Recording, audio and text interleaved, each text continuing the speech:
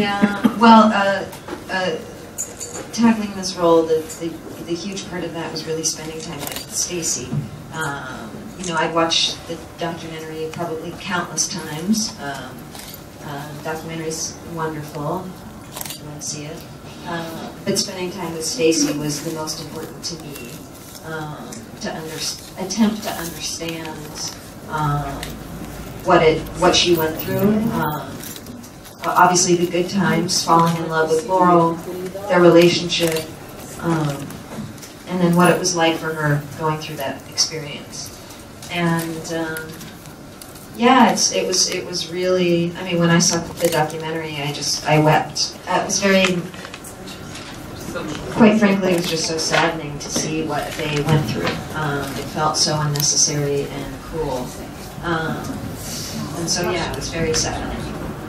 Yeah, of course you hope. You know, that's the hope. And I mean, yes, the recent Supreme Court decision in America is amazing, but we still have lots of things to do. You know, you can get fired or denied housing in 31 states for being a member of the LGBT community.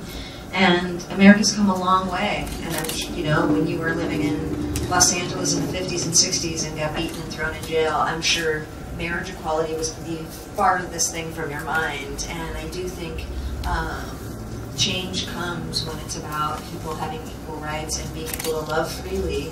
And you hope a film like this shows really what discrimination does to people's lives. And hopefully when people realize that, that we're not different, we're not other, you know, it helps change hearts and minds. And I always feel like exposure is what does that.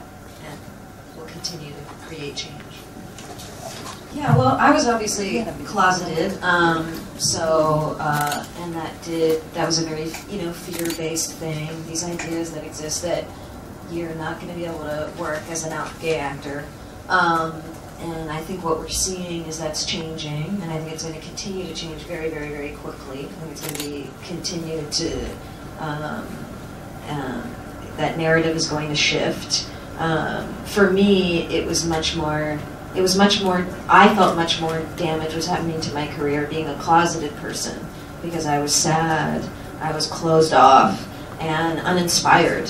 And now I'm more creatively inspired and happy than I felt probably ever. So for me, that's fueling my work, my life as a person, therefore my life as an actor, so much more.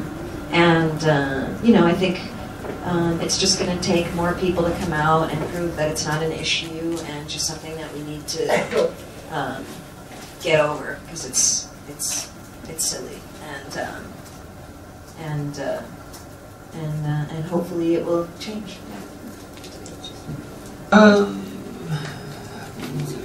Yeah, of course. I'm a believer in equal rights, and I have grown up with many people who had, you know, the experience of coming out and.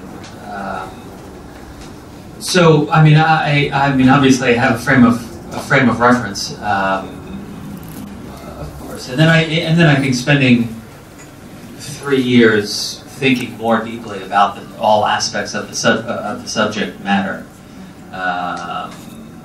within the county that we're talking about in New Jersey, but also just as a human, and thinking, doing the research with Stacy and Andre and talking about her experience specifically. Of course, it added a new definition to all aspects of the story.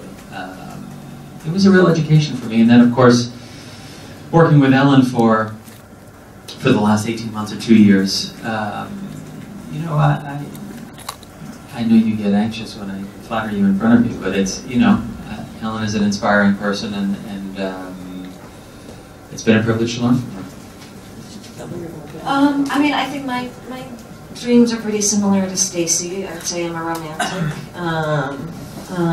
Would love to, you know, share my life with someone, and, you know, totally want a dog. To stop traveling so much. You know, very similar. You know. There's the headline. Ellen Page wants a dog.